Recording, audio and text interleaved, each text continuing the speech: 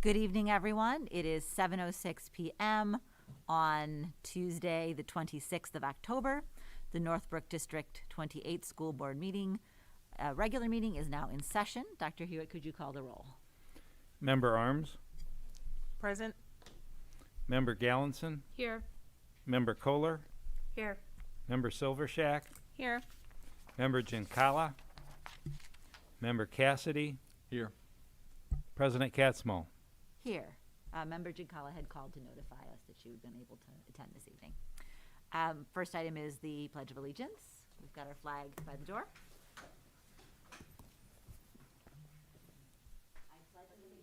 To the flag of the United States of America and to the republic for which it stands, one nation, under God, indivisible, with liberty and justice for all. The next item on the agenda is visitors' comments and presentations. I believe the only visitor we have at the moment is our auditor, and so I will kick it to him.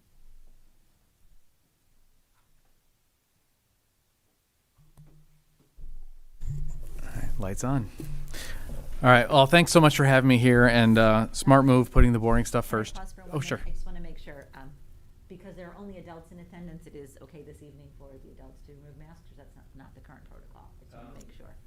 If someone wants to remove their mask to speak, if someone wants to remove their mask to speak and they have appropriate distance, that would be fine. Okay, just verifying, want to make sure we're following all the right school procedures. All right. Apologies for the interruption. No worries. Rules sometimes different for schools than business offices. Yep. Understand.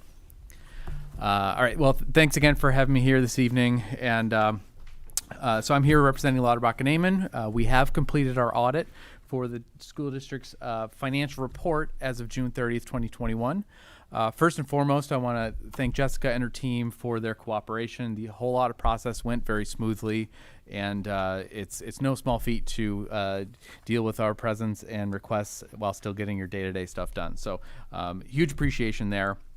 I'm just going to touch on a few key highlights of the financial report itself, and then I'll turn it over to you guys for any questions, and then I'll be on my way. The first item I want to point out in the financial report itself is the only page with our letterhead on it, and that's page 1. That's near the front of the report. And it is the independent auditor's report.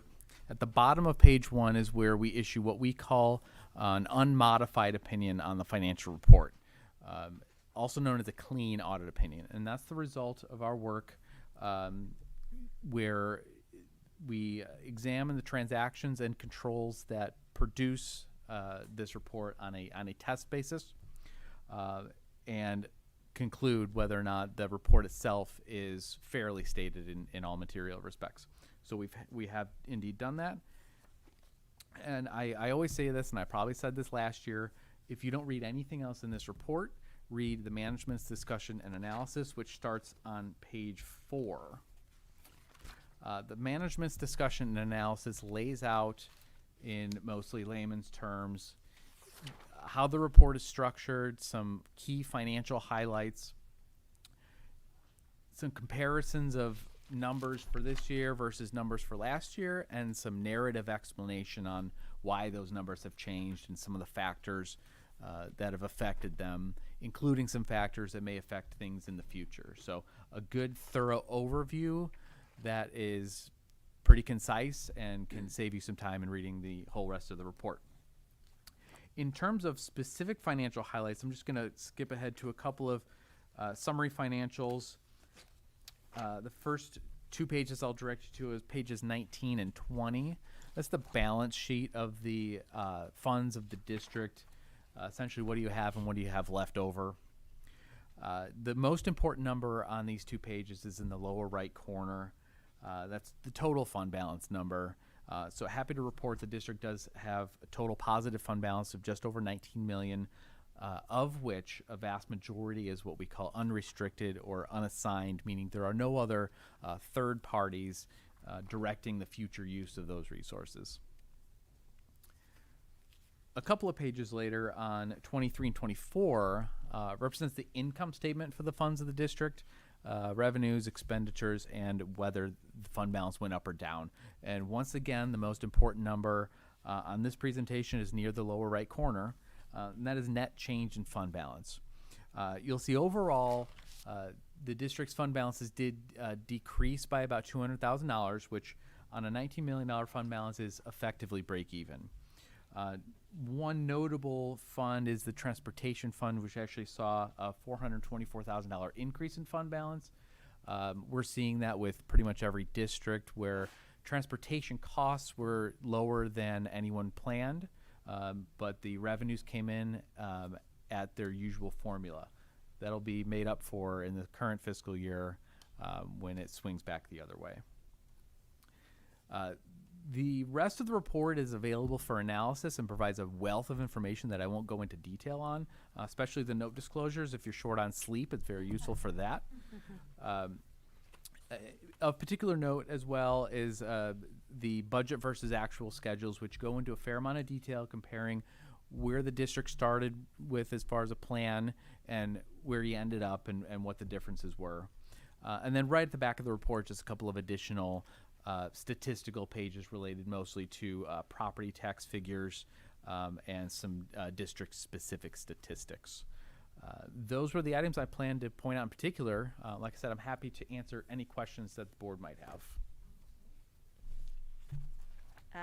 I have a few, but I want to check first with the board and see if any of the board members have any questions. Okay. The one thing I wanted to touch base on was something that we've talked about a little bit as a board and with Jessica, fund balance issues. And as a district that went through the COVID process, running both a full-time in-person program with additional expenditures for staff and precautions and additional technology expenses and staff to run a remote program, that obviously had an impact. And so we have some long-term planning to do here in terms of what our goals should be in terms of either rebuilding balances or adjusting fund balance policies. And I'm wondering, as a school auditor, what you're seeing in the market in terms of how people are addressing the impact of COVID on fund balances. Seeing a lot of localized response. You know, obviously school districts are in a lot of ways comparable to one another, but in a lot of ways you have local circumstances. You know, your tax base is different than, you know, districts in other areas. So the amount of funds that you can count on for property taxes versus other sources of funding, state funding and other grants, are different than other districts. So, you know, I'm seeing careful planning of the newer grant funding sources, so the ESSERs and you know, CARES Act funding, that will hopefully address some of the needs. Hopefully you had planned expenditures that are now eligible under those programs. Those are certainly helping some fund balance situations. But beyond that, it's, you know, what does the next, you know, 5 to 10 years look like, which can be hard to predict, but it's more unique for you than for, you know, for anyone else. Thank you. Did anybody else have any follow-up questions? And if not, Jessica, any comments on our? I have a question. Oh, Sean, terrific. Thanks. So in your audit of our financial situation, are you just looking at statements, or do you look at any like processes that are related to financials, such as our processes on how we remit payroll or how we remit contributions to pension funds and these types of things? Sure. So the ultimate goal is to look for evidence supporting the numbers. So we're looking at statements supporting, you know, cash and investment balances. We're looking at documentation supporting transactions. But part of the process is to gain an understanding of those internal controls over transaction cycles, accounts payable and disbursements, revenue and cash receipts, and payroll, to make sure that we understand how they're designed and verify that they're in place. The standard audit process doesn't go a step further to verify that the controls are effective, which would be a whole other project, but we do gain an understanding and do some probing there. Thank you. Mm-hmm. It is in the management letter, right, where that's touched on. I was trying to quickly find the point in the report where there's some discussion of procedure Sure. on that. There's no explicit report specific to the internal controls, but the management letter does serve as a way for us to point out anything we think is noteworthy. Great. Okay, so the absence of things there is really what we're flagging. Correct. Awesome. It's nice to have another audit season done. Thank you to Lauterbach and Ammon for their work. They are a great firm to work with and have been very thorough in testing. They pull lots of invoices, ask lots of questions. We got personnel files out and papers everywhere, although a lot of it has become digital the last couple of years, which has been very nice. Overall, pleased with how this audit turned out. Our budget projections were much worse than the $200,000 deficit. Of note is that declining fund balance, and it's out of line with the board policy and really starting to look at how to address that, which we're working on. I appreciate that. I know you and the Finance Committee have that as sort of number one forward-looking action item. Also want to give a hat tip to Board Member Kohler for being the board rep who answered some questions for the auditors. Anything else from our team? All right. Thank you very much for being here this evening. Thank you to your whole team for the hard work. And this is a useful report for us and for the whole community. So thank Great. you. Well, thanks for having me.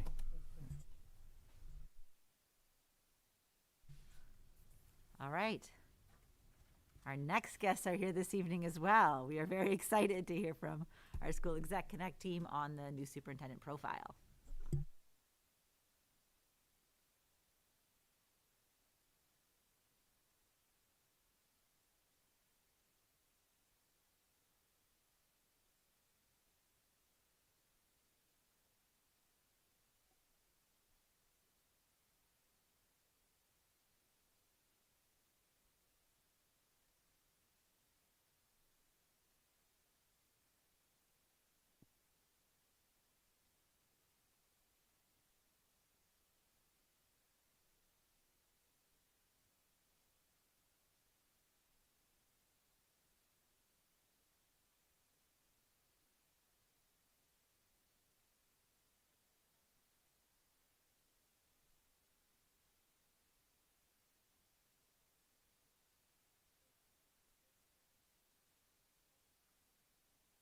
It's all good, and we're going to have digital copies of this too.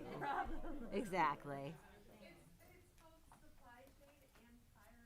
No worries. Everybody's going to have a digital copy. This is just for while we're working here together tonight. I'm going to blame the supply chain for everything. That's my new plan. Okay. Everybody's got a buddy? We're good? All right. We're going to try and listen to you anyway, not read, even though we're excited.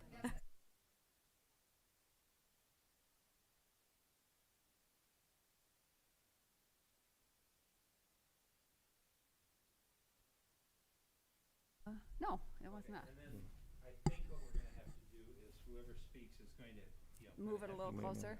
Okay, okay. Thanks, Larry. If we don't move the speaker, then our friends on the Okay. live feed won't be able to hear you. Well, I guess first I should introduce ourselves. I'm Linda Yankee. This is Devon. Devon Horton. Devon Horton. Nice to see you all again. Yeah, nice to see you all. We have thoroughly enjoyed this process of community engagement, working with focus groups, interviewing board members. I've talked to just about, I think, everybody in this room at some point or another, either personally or in a group. And it's been very interesting, and there's always something surprising and something expected, and some things that are unexpected. So we'll try to go through all of those things tonight without taking your whole board meeting. But this report, we would recommend after we go through it tonight, and you take a look at it, that you post it on your website. I really want parents and teachers and administrators to read it and to see. They should see themselves in it. They should see the things that they say, because there was a real consistency to what people said. In some ways, there are a few things that are different that I will talk about from different groups. But in particular, I've done about 15 searches, I guess, and I've never seen parents and teachers so in sync on the survey. The focus groups are a little different, but in the survey, their answers were, I had to go back and check and make sure I had done it correctly, in terms of doing the disaggregation, because I was surprised at how similar, but there were a few differences that let me know I had done it correctly, but it was interesting that they were very in sync in terms of the strengths and challenges of the district and the priorities in particular, and the qualities for the new superintendent. So I was starting to say that I did a PowerPoint presentation recently, and you have a screen like this off in the corner. It's tiny print. I know that people watching online may be able to see it, but again, I'm hoping they will get the report. And rather than have a lot of words on the screen, I thought that we could just go through this and have time for your questions and comments as well. So the first page is just an introduction. It really indicates, I think, a couple of things. That 468 people responded to the survey, and that's a really good response rate for a district this size. That's really good. And as is very typical, about 2/3 of the respondents are parents, and then the next biggest group is teachers / certified staff, but that makes the most sense because there are more parents than any other entity in the district. For the focus groups, we had 98 stakeholders take part. That includes the interviews of the board. We interviewed Dr. Hewitt. We talked to a couple of administrators that didn't make meetings, but 98 is also a very good response. It's very proportional. I looked at another district I did that's roughly 2.5 times the size of this one, and they had 200 participants. This is almost 100, so it seems, again, a very good response. So again, this first part, this report is divided into 2 parts: the focus group response overview, and then the survey summary, and again, I included some parts that were disaggregated, and then ending with a profile for the new superintendent that we will use in generating questions and screening applications and so forth. So on the first part, I have a summary of, I have over 50 pages of notes, and my kitchen table was taken over by this for a couple of weeks as I went through and looked for themes and took notes, and then put this summary together. That's the only limitation of the profile. We try to make that 1 page, but this summary of the focus group responses, I think, gives you a little more context, a little more detail about what people were saying. So when asked the question about the strengths of the district, the first and foremost response was the teachers. We have great administrators and teachers. Really, a lot of people mentioned the administrative staff and the teachers, and that they it feels like a family. It feels like a small town. It has that family feel, and they liked it. Many people told us that they chose the district because they had heard that about the district, that it's solid academically, of course, but also a place of real caring. They talked about this, a strength of the district being that people that live here value education and are well educated themselves.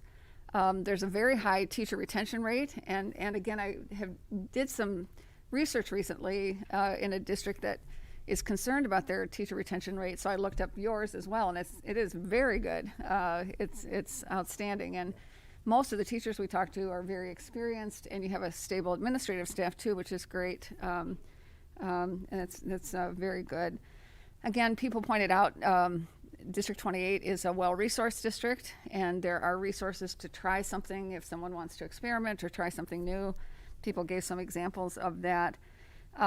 Every group noted the small class sizes, and again, that's not true in every district, of course, and that having the teaching assistant in every elementary classroom and having small class sizes was something very notable. One of my most interesting focus groups was a community group that had a couple of former board members, had a librarian, a couple other people, but they really value the collaborative spirit that they have with the school district. and really want to make sure that someone, the new superintendent, continues that collaborative spirit in the community. And again, that's not true in every district at all. Another strength of the district is that it sends students to Glenbrook North, a highly respected high school. A lot of people mentioned the highly regarded early childhood education program, and that was a draw to the district as well. And the special education program got a lot of praise, and again, that doesn't always come up. But in general, people felt that their children's needs were being met. They were identified, and the district would do whatever it could to support that student. Teachers have a meaningful role in decision making. There is not a teachers union. It's a strength not because there's no teachers union. It's a strength because it indicates a spirit of collaboration and cooperation between teachers and administration and board. And that is something that is really attractive to people. And it takes more time from the leadership of both the teachers and the board and administration, but it is something that people value about the district. And again, I mentioned the special education program. A lot of people mentioned that they felt very good about the district's COVID response, that the programs that were offered for students, either in person learning or online virtual learning, was really great, and that there was disruption everywhere, including here, of course, but there was less here than in many other places. Students feel supported by teachers, appreciated their willingness to provide feedback and support, and that there's a growth mindset apparent. So then the flip side of the strengths is the challenges. And I think probably, I'll try to summarize a little more instead of going through every bullet point, but the main challenge that I heard is tension between academic rigor and the support for social emotional health of students. And not that that's a conflict, but there's pride in the fact that there is a focus on the whole child here, that there are programs to support students' social emotional health. But there also was there were some people, it wasn't everyone, but there were some people that expressed some concerns about academic rigor and whether students were prepared for high school. Although in general, this is one of those things where one person would say one thing, one would say the opposite. And in general, parents felt their kids, there was a real gamut of parents there who have older children and younger children, and their children who have been at Glenbrook North in general have had a very good experience and have been very successful there. But there is a sense that people don't want their kids paying attention to their test scores, but they do want good test scores. So that would be another way to say it. And so how do you achieve that balance is a question, I think, and a challenge for the next superintendent. And in fact, many focus group participants mentioned closer collaboration and articulation with Glenbrook North, and trying to work more closely with them. In particular, math was mentioned and Spanish, I think, and that's also not surprising to me. That's a not surprising thing. Those are subjects that have to be very well articulated, so the parent concern about that would not be surprising. One thing I think that was not a lot of people said this, but I thought it was important enough to include that the district has been very financially stable for a long time and still is, as I'm sure you just heard from the auditor. But there are some different circumstances right now, and the district will need to be, in the next superintendent, to be nimble in thinking about what are the impacts of COVID spending, what are the impacts of an inflationary period right now, what other things could impact changes in the big business community. Somebody mentioned in one interview, well, what if Allstate leaves? And now we know Allstate's leaving, but it's not really in this school district, but it is an impact on the community. In the other bullets here, I would say the takeaway is that people don't want a superintendent to come in and bring in some program that they've had successfully implemented in another district and just impose it. They want someone who will listen, who will really get to know people, be visible, present in the community and the schools, and take time to get to know and understand the culture here. That's very important to people. And and that's a challenge because whoever it is likely will be from another district, and it will mean change. So the next question asks to identify those skills, personal qualities, experiences that are important for the superintendent to possess. And these are words that maybe seem, but of course you would expect people to want someone who's transparent, visionary, proactive, but these are words that came up over and over again in focus groups. And it was interesting to me, there were a lot of people who said we want our superintendent to be knowledgeable about curriculum and instruction.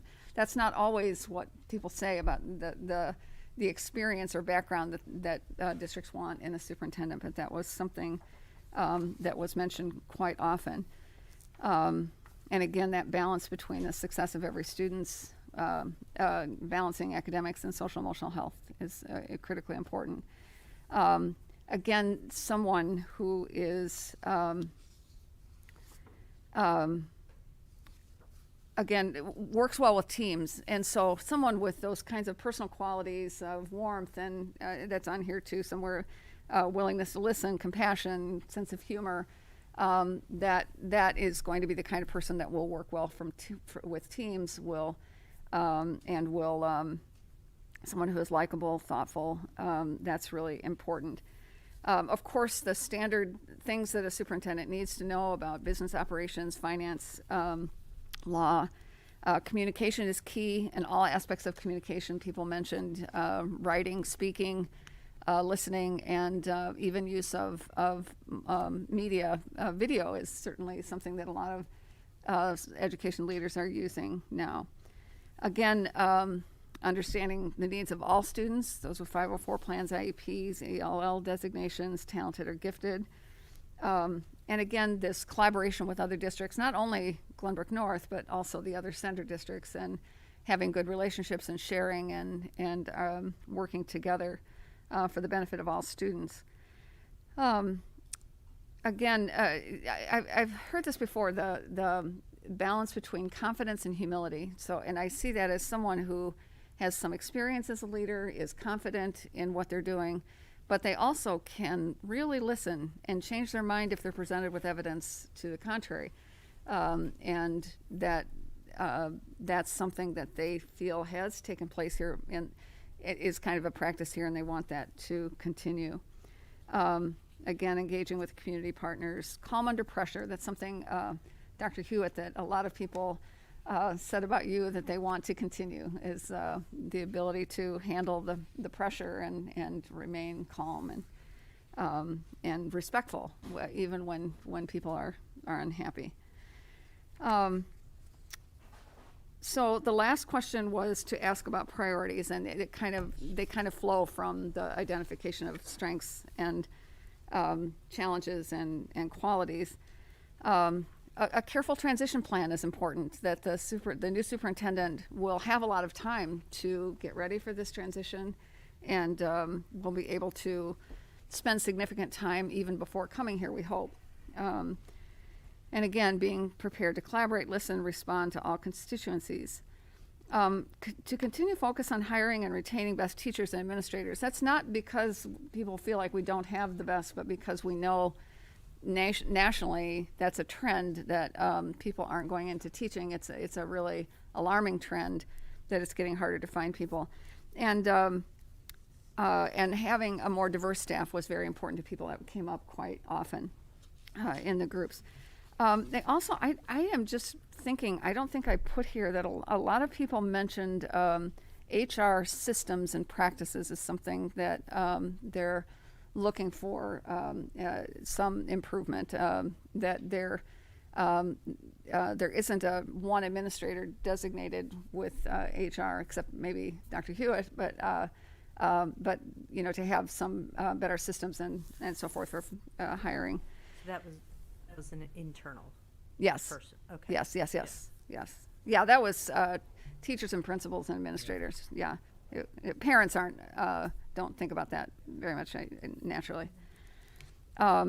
Again, establish strong relationships. Financial planning, again, was mentioned. Strong ties with Glenbrook North. Respect the foundation for success that's here, but also be ready for change where needed. And look for opportunities or things that do need to be modified. And helping all parents become engaged and involved. There's a feeling some parents get involved and do a lot, and some maybe don't feel as comfortable coming into the school, and finding a way to get more parents into the school. So that's the summary. My 50 pages summarized into 4.5 of highlights from, and these are things that we heard. Yes. Is there a bullet point that references your comment about HR system? No, I think I should add that in, and I can modify that. And I just wanted, if I go back to this, I want to remember what you said about it. Okay. Yep. I will add that in. That's why part of the purpose tonight is that sometimes happens with things that you may want to change, and the wording and in the profile in particular when we get to that. Or after you've had more time to look at it. I don't expect you to look at it and say this is worded wrong tonight, but you might think about it and want to change some things. So in the survey, there were, again, as I mentioned, 468, 333 of whom were parents. Now, these numbers don't add up to 468. They add up to 500 something because people marked multiple categories. There were. It was interesting when I disaggregated the data. There are something like 35 employees of the district who have children in the schools, and that's fantastic. That's really wonderful, and they participated in focus groups. Yeah. So again, 28 community members, business leaders, 103 teachers, 11 administrators, 25 support staff, and 24 other. And then of those 300 and some that. This, again, parents had more than one child, often had a child at 2 different schools, or even 3 occasionally, but the elementary schools were about equal. Westmore has a little more, but it's a pretty big, I would think, because of the early childhood program, maybe they have more students, and not surprised to see the junior high with a high response rate there too. About half of the parents that responded have a child at the junior high. And the race ethnicity of the respondents is pretty reflective of the district, with 88% white and 8% Asian, and no large groups in any other race. Gender is 3-to-1 females, which also isn't surprising. And so in the next questions, this paragraph here just explains that for many of the questions I disaggregated the answers, looking for those top responses. So if we look at the next page 7, I think it is. 7, okay. I have an old copy here, so I'm not sure it's okay. Okay.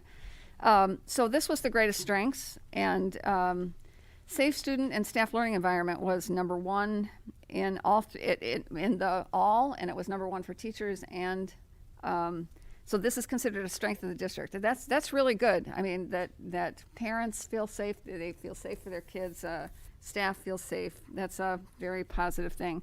And then a strength that we develop well-rounded students. That's right close by second. And again, if you notice, when the parents, and again, you would expect the parent answers to be pretty close to the all answers, since they're 2/3 of the respondents.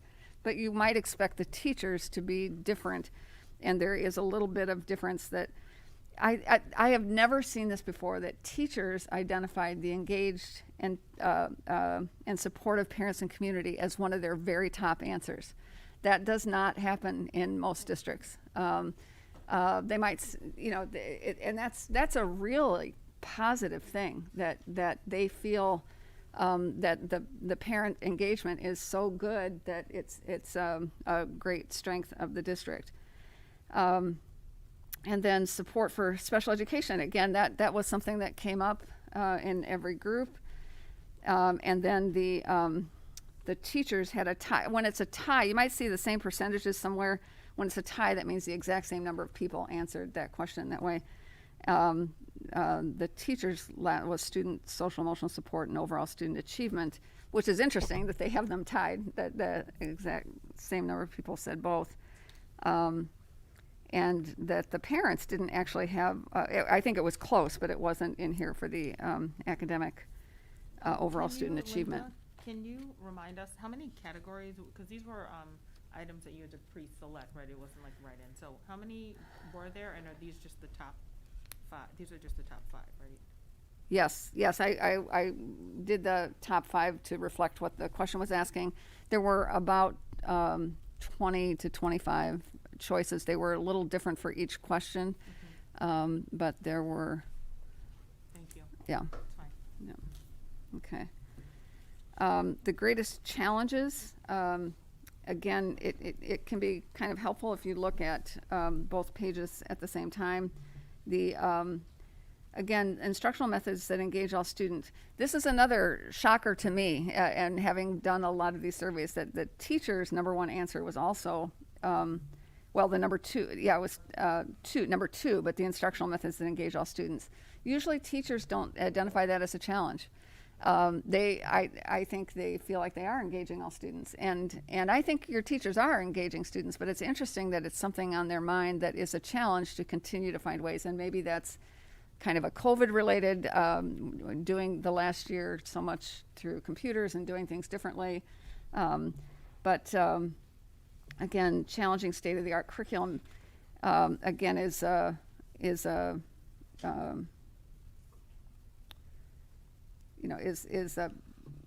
something that's a parent concern. Student readiness for the next level of learning. That doesn't surprise me that parents identified that as a top item. 40% of parents see that as a challenge. And then the instructional methods that engage all students, challenging state-of-the-art curriculum. Opportunities for students outside the classroom. That's also something that a lot of, that surprised me a little bit, that people feel like, in particular, maybe there aren't enough sports. There was some in the focus groups. People said it feels like we have to go to the outside programs instead of having something in the school. Again, I don't know what that is, but that was something that was mentioned by parents more than teachers. And teachers, again, in almost every district I've done a survey, they have a high priority on closing achievement gaps among students, and so I'm not surprised to see that in the teacher one on the challenges. And then the 4 managerial organizational strengths and challenges, I didn't disaggregate. Again, they were so similar, but a strength, up-to-date technology. And interestingly, right now, a lot of districts have up-to-date technology. If they were behind, they caught up. And so that is clean and well-maintained schools and grounds, the image of the district, and modern school facilities. For the challenges, understanding and supporting diversity, equity, and inclusion. And I also read all the comments. There were 185 people that wrote a comment at the end of the survey, and this was an issue that came up, and I would say in extremes. There were people who are following national controversies and are worried about that, but there are also a lot of people that we heard in focus groups and we see here in the survey that understanding diversity, having a teaching staff and leadership staff that's more diverse is important, and diversity, equity, and inclusion are important. Again, that was a challenge that the new superintendent should address. Long-range strategic planning and implementation. Decision-making driven by data and research was, again, one of the challenges. And again, the environment that attracts and retains highly effective personnel. This one kind of surprised me because everybody said our teachers stay here, you know, and we have this high retention rate. But I think it's a reflection of national unease about teaching and who's going into teaching and how we find the best teachers and keep them.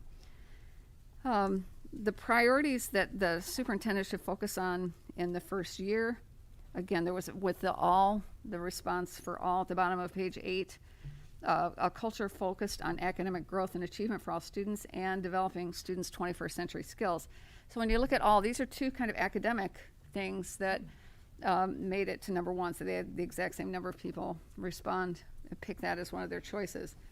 And then collaboration, trust, transparency, and respect among all stakeholders was close behind, and student well-being, physical and emotional safety and confidence at 41%, and strong relationships with staff, parents, and community members. So those are priorities for the new superintendent.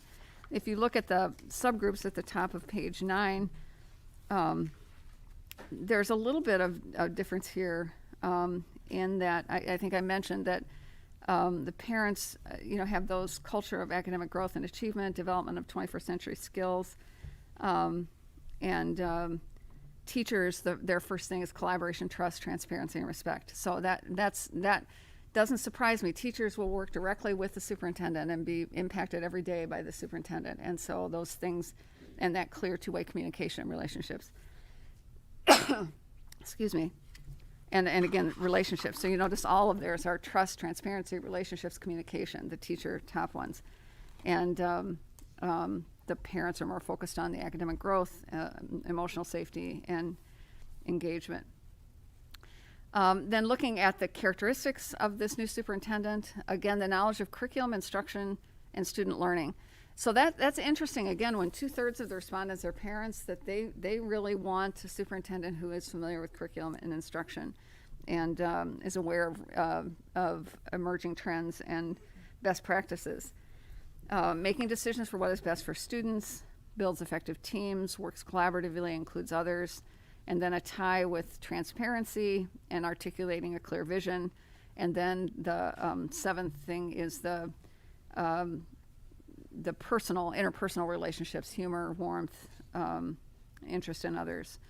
The subgroups, again, you notice that the top few parent ones are exactly the same as the all group. And the teachers, their top one was work collaboratively, include others in decision making. So again, the parents are more likely to respond with the academic, and teachers with the relationships and working together, and transparency, building teams. It's interesting that for the teachers, the knowledge of curriculum instruction is the 5th thing, while it's number 1 with the parents, which is interesting. The teachers, again, are more, I don't find that surprising, they're more concerned about relationships and having someone that they can work well with. So the next set of questions, 10 through, I think it's 16, 19, are questions that ask people to strongly agree, neither agree nor disagree, somewhat disagree, or strongly disagree. And I actually noticed that on the first question I left off somewhat agree. I checked through all the rest of them, but and it's 9%. But one of the takeaways here, if you spread out these last 3 pages, all of these, every one of them is at the predominantly strongly agree. So that includes, I'm proud of the district schools and would encourage families to move here. It's 84% strongly agree, and then you add in the 9, you're over 90% if you put in somewhat agree as well. Only 1%, 2%, 3% at the disagree category. Meeting the social emotional needs of all of our students. Again, the top 3, strongly agree, somewhat agree, are by far the largest. Adequate communication and information to parents, again, 81% strongly agree or agree, and gets into the 90s when you add in somewhat agree, and very few people disagree with that. High expectations, again, is the same thing. Again, you look at the very small numbers on somewhat disagree, or strongly disagree is only 4%, and the rest are in the agree category. Meets the needs of, so the next 3 questions look at 4 questions actually look at students in different groups. One is students in ELL or with an IEP. Are their needs being met? Those students experiencing academic difficulties, those who are gifted and talented, those who are typical. And there, it's interesting that maybe the lowest numbers would be with experiencing academic difficulties. But you notice that in these questions, more people put somewhat agree, neither agree nor disagree. And I think that's because if they don't have a child in that category, they're just probably not going to respond. Or if, so that doesn't surprise me that there would be more in the middle on that. But again, the bottom numbers of those who disagree with those statements is very, very small. With 8% saying somewhat disagree with those, the district meets the needs of students experiencing academic difficulties. And then the last question asked, does the district provide enough extracurricular activities and athletics? And it's still, but it is kind of one of the smallest, if you look at the first 2 categories, 51% strongly agree and agree. So there are 20% that somewhat agree, so it's still fairly good, but there are a little bit more. It's the only one that got in double digits in the disagree category. But it's not big double digits, 10%. And then the last page, which I don't have, okay, is the profile that puts this together. And again, you'll see that this is, in a sense, more general, and I kind of try to combine a bunch of things in each item. But this profile, I think, reflects the things that you would have read, or you will when you read it more, have more time to look at it more closely. But again, that deep knowledge of best practices, the making decisions that are best for students, a genuine, warm, caring, personable, transparent, flexible person. Those are things that people value. Embracing the current traditions and values of the district, not trying to change things wholesale to begin with, but also being open to change. They want someone, a proven track record for success, although most people did not say it has to be someone with superintendent experience. Most people said significant leadership experience and accomplishments. And a lot of people mentioned should have been a teacher and a principal, but not necessarily. Most people did not want to give it has to be someone with superintendent experience.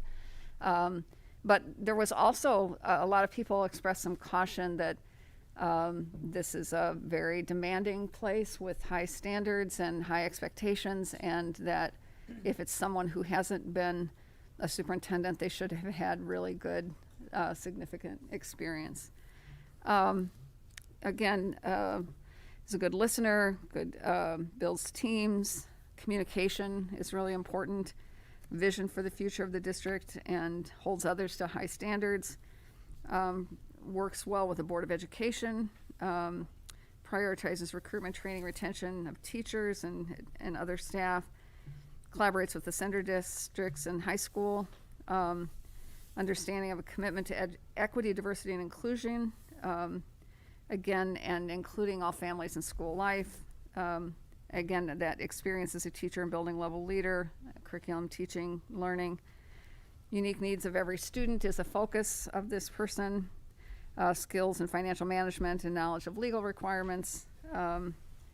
Close connections with local and state leaders, and becomes immersed in the life of District 28. So walks on water a little bit. So that's that is the report, and that's okay. And if you, so our next step, the applications close this weekend. Yep. And so we are in the we've been looking at the applications, and I've met several people and met with people, talked to several people on the phone, have made some calls and have some more calls to make of reaching out to people. But we will start doing interviews because that's coming up the 9th. It comes up very quickly when we present the slate. So we'll be doing our interviewing next week. And so we'll be back November 9th. How many applicants have you had so far? I was going to look before I came, and I did not do that. No, it's a little more than that. No, it was 28 2 weeks ago. But I looked late last week, but I don't remember. I sent that note to you last week, and there were already a number of sitting superintendents, and I expect more. Several of the people that I've talked to have not submitted materials yet, but there are some sitting superintendents, some deputy superintendents or assistant superintendents, and so it's a combination. And Can I how's ask the that question? number? Oh, I sorry. was just going to follow up. How's that number compared to what you would normally see? Well, it's a little bit lower than I would have expected, but it's not over yet. So I don't want to. People tend to wait till the end, and so. But I also, when I think about who are the top candidates, I can definitely already think of 8 or 10 that are really good candidates, and I think at this point, obviously it's early, but they're very interesting, and the people that I've talked to have been very interesting. So The email was from 2 weeks ago. I just went to pull it back up. And at that point, there were 25 applicants, and that I think 9 of them were sitting soups at that point. So okay, yeah, okay. Matt had a question. Yes, just on the survey information, is there any chance we could get the data, the more raw data? The reason I ask is just there's different relationships between some of the answers and categories that I personally would like to play with, because it might reflect some questions we might want to ask eventually. Yeah. So I mean, these are top 5s. It partially goes to what Deshaun mentioned earlier about having sort of not the whole percentages, but even more than that, to be able to say, if this is the raw data that says, okay, for this category and this category, they answered this way. I mean, some of which you already disaggregated, as you said, but some wasn't. So Right. as much of the raw data is available, I would like to get a chance to look at it, but I I don't know if there's issues with how to look at it. Yeah. And whether there's information there we shouldn't We see. normally do not give the survey, but if there, let me I need to talk to the owner of the company and see what he has to say about that. I can't imagine why. I don't know. I better check before I make a commitment to Okay, give it. whatever's possible. Yeah. Thank you. Yep. What might also touch a little bit on what Matt's going at, I'd be interested to see if there were things that got very low marks, if there were things that there was an expression of disinterest in on the part of our parents. Okay. Is that part of what you're digging That's, at? that's, Yeah. that's like part way further. Like, so yes, if we Yeah. can't get the actual raw data, then at least to be able to take those sort of Yeah, lists yeah. that were And of make the 12 list choices longer. and actually Yes. take them all the way. Yes. Exactly. Yeah. I get where our board role is in data analyst, and I don't Right. want to step on your proprietary Yeah. processes Yeah. here and whatnot. Yeah. But it would be interesting to know kind of what people Yeah. kept a distance from. Yeah. Yeah. In terms of Yeah. what to watch for. Okay. I will get Yeah. back to you on that. I agree with Tracy for the kind of like the bottom answers, but also, if there are 25 options and we ask people to pick their top 5 and that's what you showed, there could also be like a threshold above which, it didn't look like it because I was looking at that, like any answers that were 30% or more, even if that included 10 of them. Yeah, I will shows that tell those are you important. that this is, and I think you have a copy of the survey, right? Yeah. But I don't want you to have to try to go through that and figure it out. But there was a pretty big drop off after, if you think people were choosing 5 or 7 or whatever it was, and there was a pretty big drop off after whatever was at the bottom. Occasionally there was something kind of close, but then it would go down into the teens or low. Almost everything in the top was in the high 30s or higher. But I understand your interest in. I'm going to look into it. I'm in sorry. the- Go ahead, Dan. Go first. I don't recall, apologize. Were we surveying the junior high students? I don't know. I don't know how. Sometimes districts do, and sometimes they don't with junior high students. Both elementary districts, there weren't any. We had them in a focus group. We had a focus group with them, but I don't know if they That had was it. access to They the ended up survey. doing the session, an in-person session, rather than having them do Google Yeah. Form kind of stuff. Oh, okay. They did it Yeah. in person. Was there anything unique or anything we would be able to pull out from the student focus group? Because it would be interesting Ron did that. to me. The student council. You know, what was, yeah, 16, it was 16 students. And what was really exciting is that from meeting with the parents through the focus groups, a lot of the conversation was, and some of the responses, for the most part, were very similar. I even made a joke with a couple of them, like, wow, you sound like one of the parents. With some of the positions and the ideas that they were sharing, a really intelligent group of students. And I think what I would say that really stood out is that they wanted to make sure that the superintendent got a chance to really know the students. And they also spoke about really getting to learn the culture before they make change. They even admitted that there may need to be some changes, but that's not something that they will want the superintendent to come in and do right out the gate. So I thought that was really admirable for them to really see that and understand it out the gates. But the majority of the alignment, they were in tune with the parents and the teachers, which I thought was powerful. Thank you. Who were these students? How did we select them? Dr. Meek selected them. He worked to get a diverse group representing different interests and levels of where they are in the school. They were primarily 8th grade students. Thank you.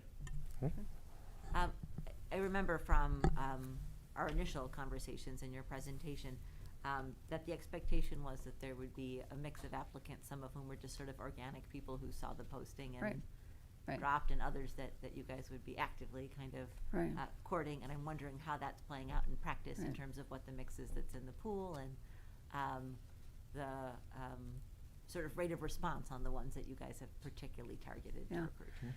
Anybody I've called has been interested. Not all of them have materials in yet, and I've got a couple more calls to make. But people are interested in this position. It is a very attractive position, as we've talked about before, and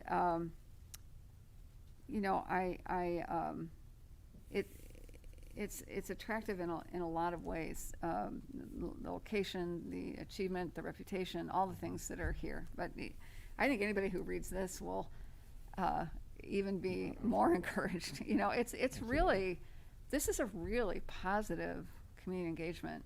And I don't want to represent that every single person was roses and hearts. There were some people with some concerns. There were definitely, and people with things that I think they're for the most part reflected in here. Some thinking about when you look at the challenges and the priorities and so forth, there are some things reflected. But it's overall, people really, more than a lot of districts, purposefully chose this district to live in and are pretty happy with that. Not that nobody, not that everything is perfect, but that it's a really positive place to have their kids in school.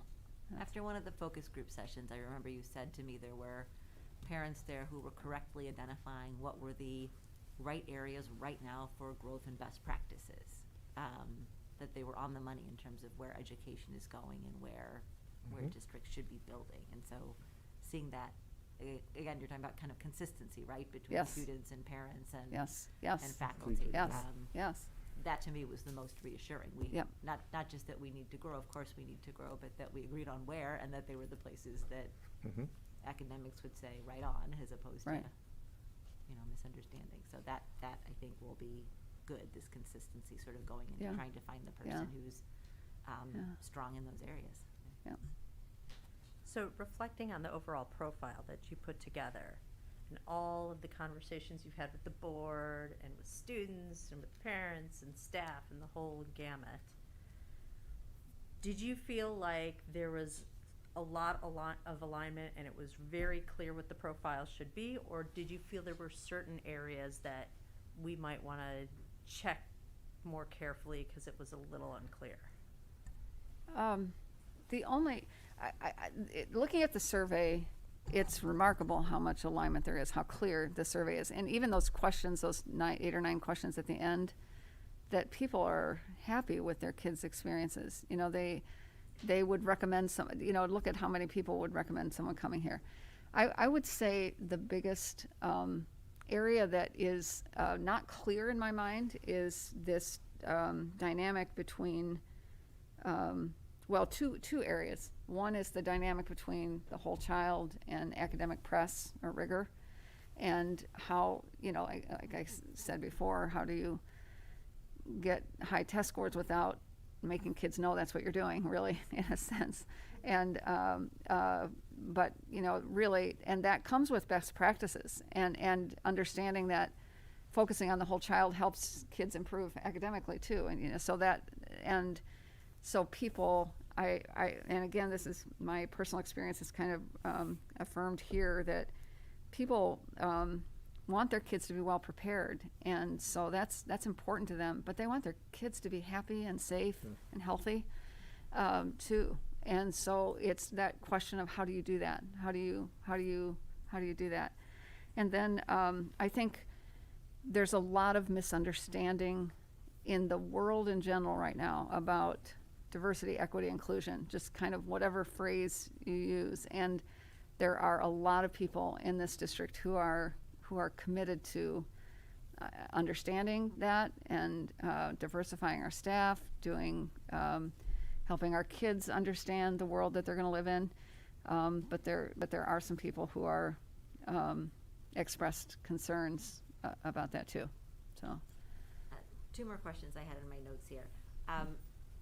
In terms of recruiting calls, and this is kind of hearkening to a conversation Larry and I had, are there people you're reaching out to that are saying they're not interested in applying, and is there any interesting data there? I know Larry said somebody was too close to retirement, that's a sensible reason to say it looks awesome, but I'm staying put. But were there any hesitancies that people expressed that would help kind of inform us in this process?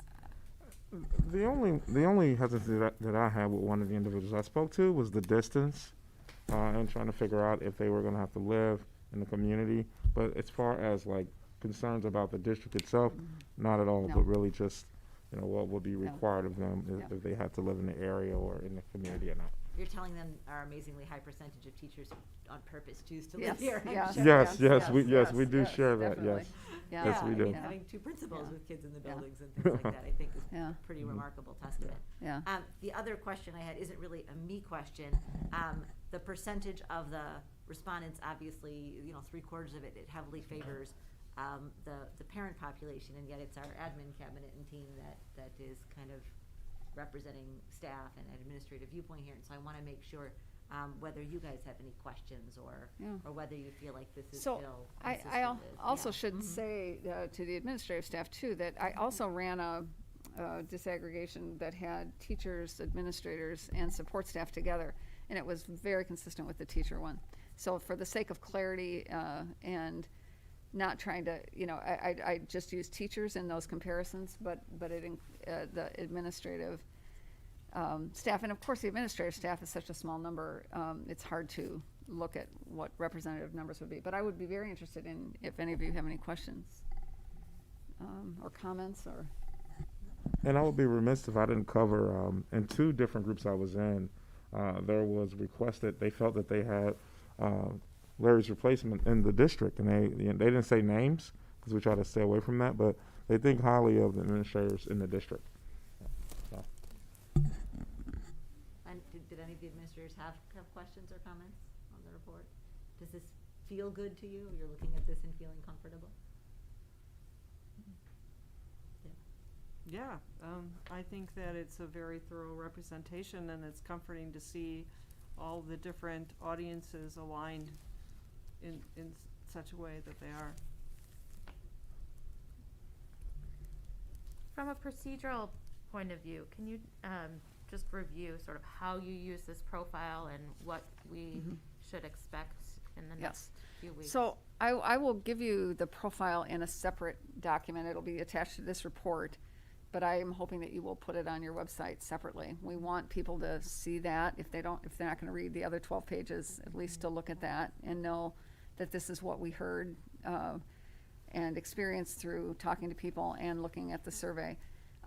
We use it, we literally keep it in front of us. And of course, after listening to all hours and hours of, and reading through my notes and Devon's notes and putting this together, I feel like I have really absorbed the main points of this. And that's what's in my mind when I think about who would work well here, who would be well suited to this district. And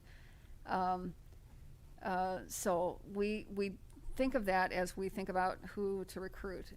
As we look at applications of people we don't know, we look at we literally look at this, and then we literally look at the profile when we develop questions for our interviews. We say, you know, all right, if it's important that this person has knowledge of curriculum and instruction and assessment, and what questions are we going to ask to get at that, or what are their proven leadership experiences and so forth. Looking at their body of work really helps.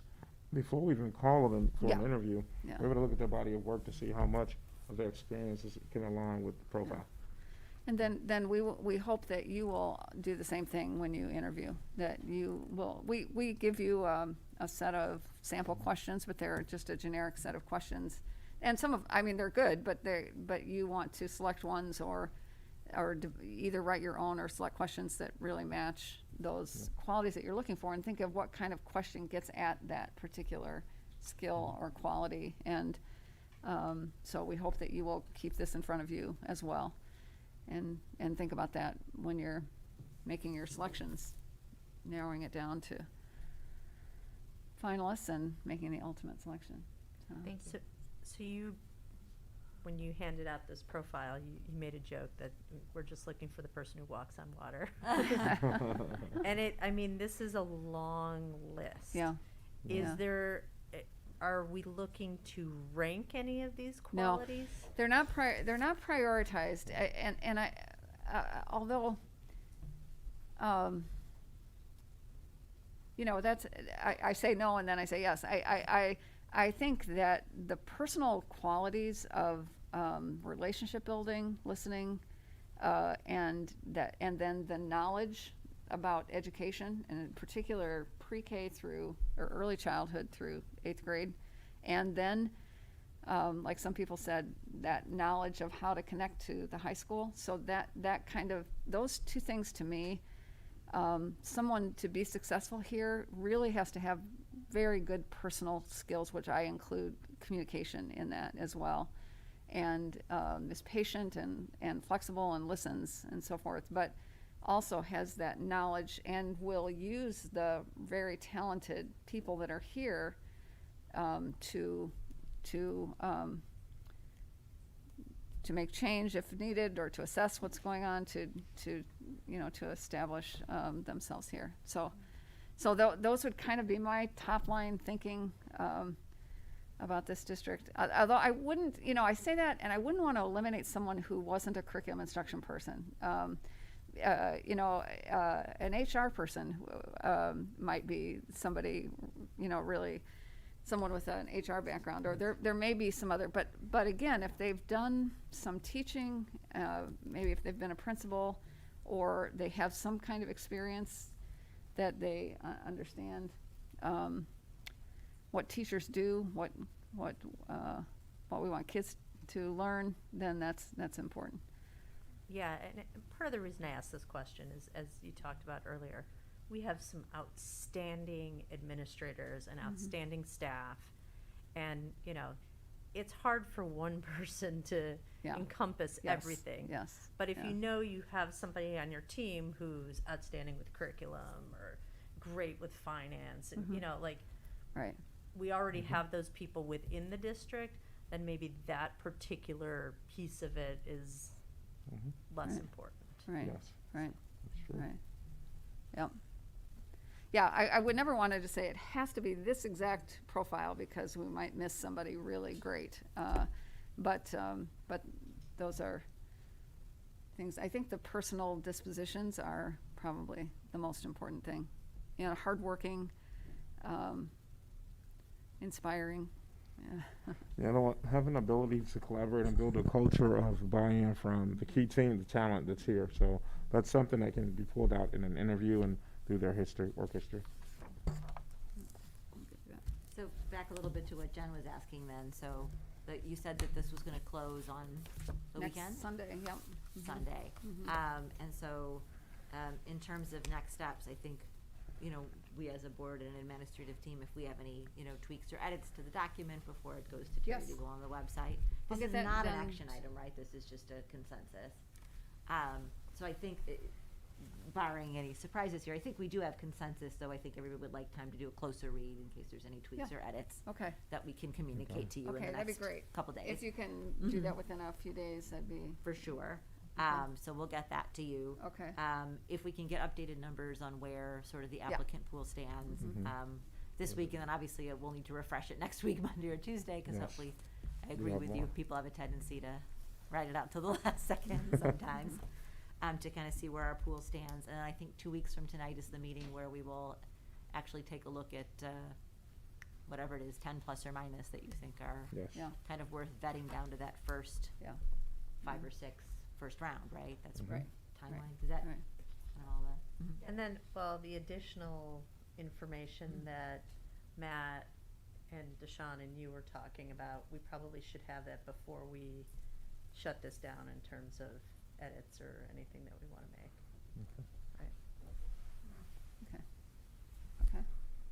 I'm Is going that to- manageable timing wise? Like, Pardon me? is that manageable timing wise? Yes, you said by, you would get back to me in a couple, so I'm going to, check about the survey. I'm going to add, a little bit in here about HR. I don't know that I Right. have that in writing. I'm gonna get updated numbers on the applicants and, Yeah. And then Let- you're gonna let- get- Let me know tomorrow what the story is on okay, yeah, data access kind of Yep. stuff, and we'll see. Yep. I don't wanna hold up kind of finalizing this, getting this out to the parents Right. and staff, right. for more data digging, because we can always Yeah. use that. Yeah. Or add a little supplement should we need to, but yeah, I don't Right. wanna hang Okay. up the Okay. kind of public side of sharing this information out, because I think parents and staff will be excited to be able to see what we're Yeah. seeing here too, Yes. not just the Right. Right. verbal overview. Okay. Any other kind of to-do list items here? All right, I Okay, think we're in thank good you. shape. Huh? I think we have the consensus, and right. I will touch base with you We on a are- couple of those follow-up questions Okay. tomorrow, and if the board members could Okay, read in the next couple of day or two, so that we can all right. get this live with Terry. Terry, does that sound good for you? Have we clarified the starting time for that meeting, I in think we tweaks? had set it at 7:30, because we knew Scott was running the 8th grade GBN articulation meeting at 6:45. Okay, And so the hope was that some of the people who have an 8th grader could make at least part of that meeting. Though I'm now hearing there's a competing meeting at the high school at 7, so the timeline is not ideal, but we'll do the best we can. The 9th, 2 Ninth. weeks from tonight. And this is a closed session meeting. This with will be just the closed board session, because we'll have and us. actual resumes and names in front Right, of us. okay. right, Yeah. right. Maybe 7:30, right? 7:30 was what we were Yeah, saying. it's Does that work 7:30. for everybody? Yeah. Do we wanna try and push it later? I don't wanna get too late on that. Okay. 7:30. So let's do 7:30, because that'll, I know, it'll give at least Scott's meeting a little window of time for everybody. Anything else you need from us? No, All right, No, terrific. yeah. Thank you so much. It Okay, was thank really you. great to hear all this thank information. you. We're Thank you very all. excited about, Yes. If it's okay with the board, could we maybe take a bathroom break and pause the feed for a few minutes, and we'll be back shortly.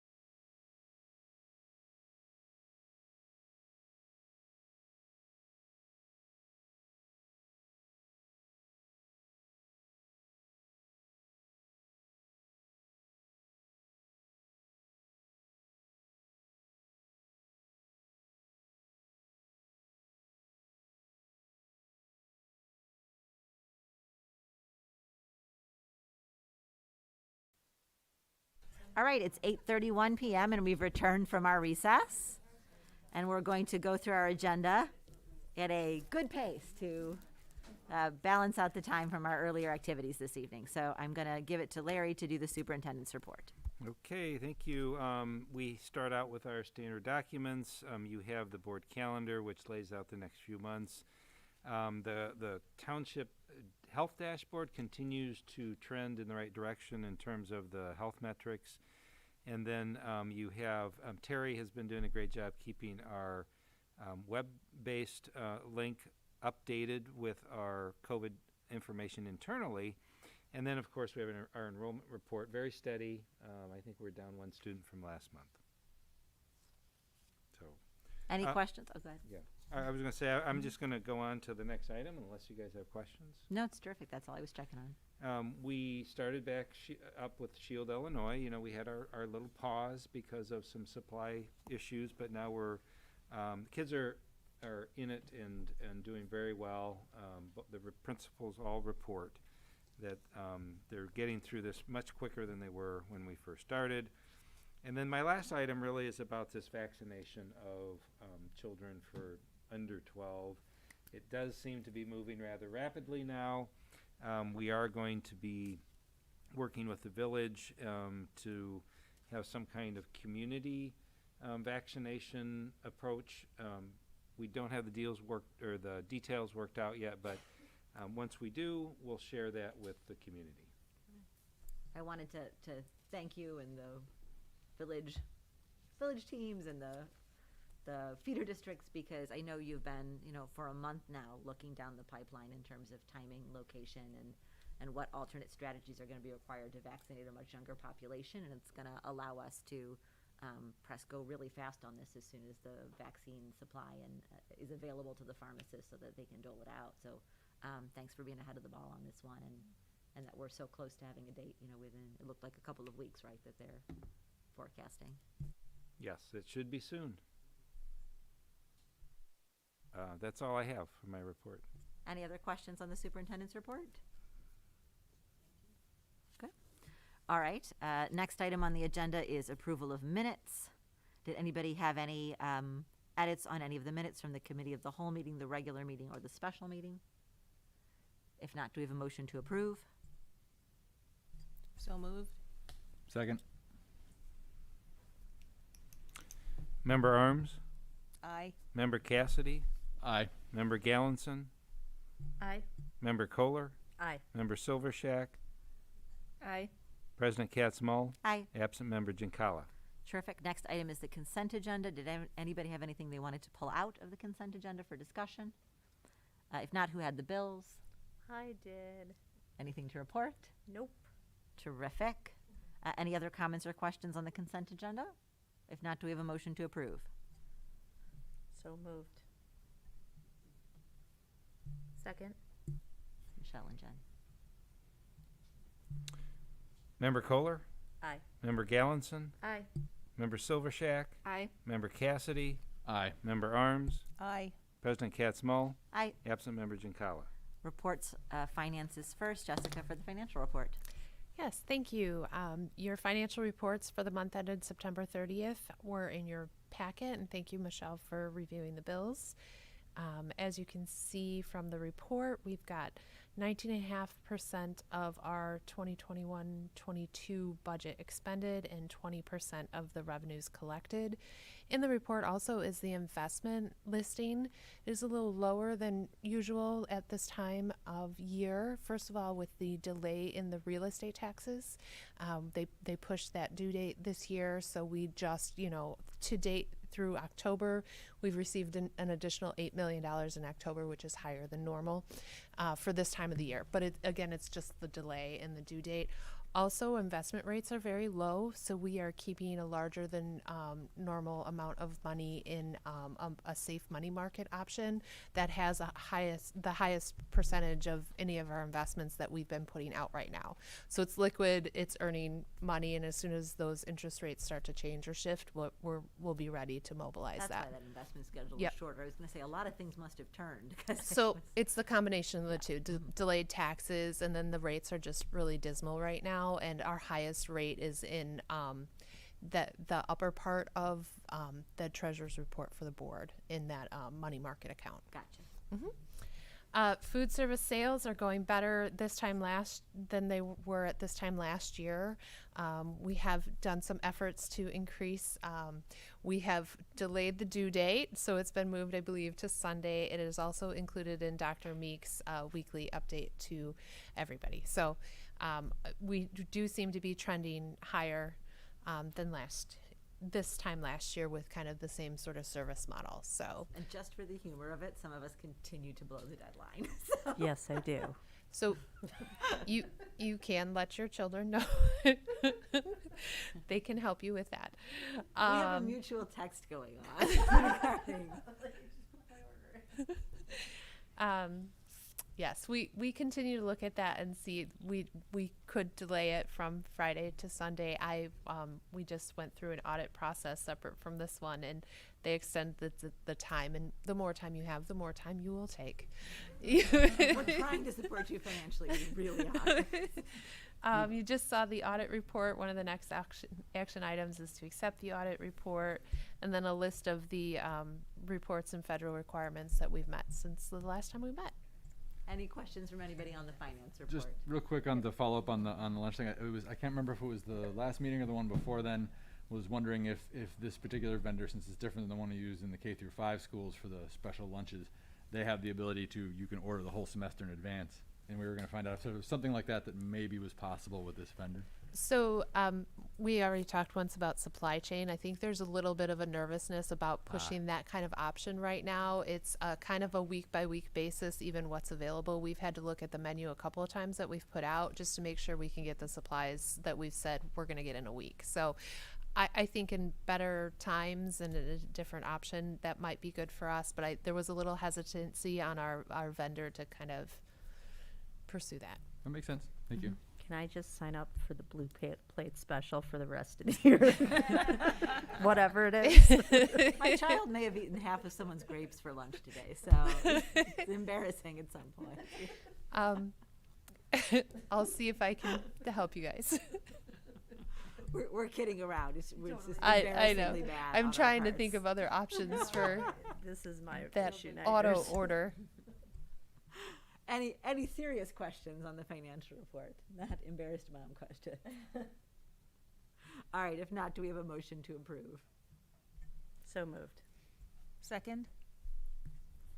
Was that Member Arms that seconded? I Thank think you. so. All right. Member Kohler? Aye. Member Arms? Aye. Member Gallinson? Aye. Member Silvershack? Aye. Member Cassidy? Aye. President Katzmal. Aye. State Library Grant. Who's talking on that one tonight? Chris. Thank you. So I'd like to provide just a brief overview of the school district library grant program. Each year, a district is eligible to apply for the Illinois School District Library Grant. The grant formula is approximately, or just a little under, 9 cents per pupil. We rotate which school receives the grant funding each year. Last year's grant was awarded to NBJH, where the funds were used to purchase ebooks, digital audiobooks, and physical books. And this year, Meadowbrook Elementary and librarian Monica Benz will apply with a requested amount of $1,569.99 to be spent on print and digital items. The grant application requires that the Board of Education review our library's progress towards meeting the Illinois School Library Media Program Guidelines and the associated standards. So this year's grant request addresses the standard including appreciate literature and other creative expressions of thought and ideas and pursue knowledge related to personal interests and aesthetic growth. And it also addresses the standard which states the school library is led by a licensed school librarian who promotes reading for the enjoyment, information, self-inquiry, and lifelong learning, as well as the standard that says the school library is led by a licensed school librarian who provides equitable access to a relevant and well-managed collection that meets the needs of the learning community. So our district anticipates being notified by the state of Illinois this winter regarding our grant approval, and if our application is approved, the district has approximately 1 year to expend the funds. Terrific. We do not have an action item on that, correct? That's just for review. Correct. Okay. The annual financial report by the independent auditor, we already had that presented and had questions, and so barring any last minute thoughts, do we have a motion to approve the annual financial report by independent auditor? So moved. Second. Thank you. Member Cassidy? Aye. Member Silvershack? Aye. Member Arms? Aye. Member Gallinson? Aye. Member Kohler? Aye. President Katzmull? Aye. Absent Member Giancarlo. Next item is resolution of estimated property tax levy for 2021. Jessica, we've talked about this. Do we have a little bit more tonight before we approve? This is just the first step in the process of adopting the estimated levy. It is based on the December 2020 CPI of 1.4%. It is just under 5% increase, which falls under the tax cap extension laws, but we will publish the notice and hold the hearing and follow all of those transparency guidelines, adopt final in December. Terrific. Do we have a motion to approve the resolution of estimated property tax levy 2021?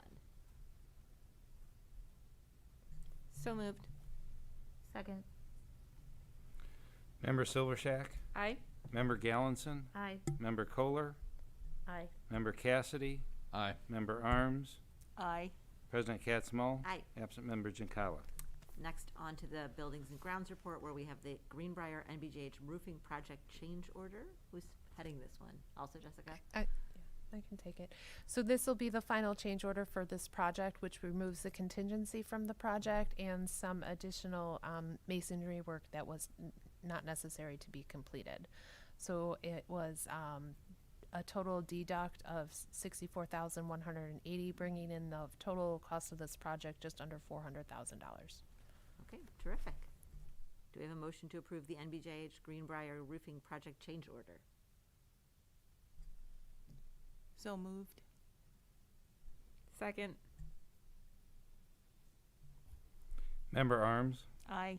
Member Silvershack? Aye. Member Cassidy? Aye. Member Gallinson? Aye. Member Kohler? Aye. President Katzmull? Aye. Absent Member Giancarlo. Next up is legislation.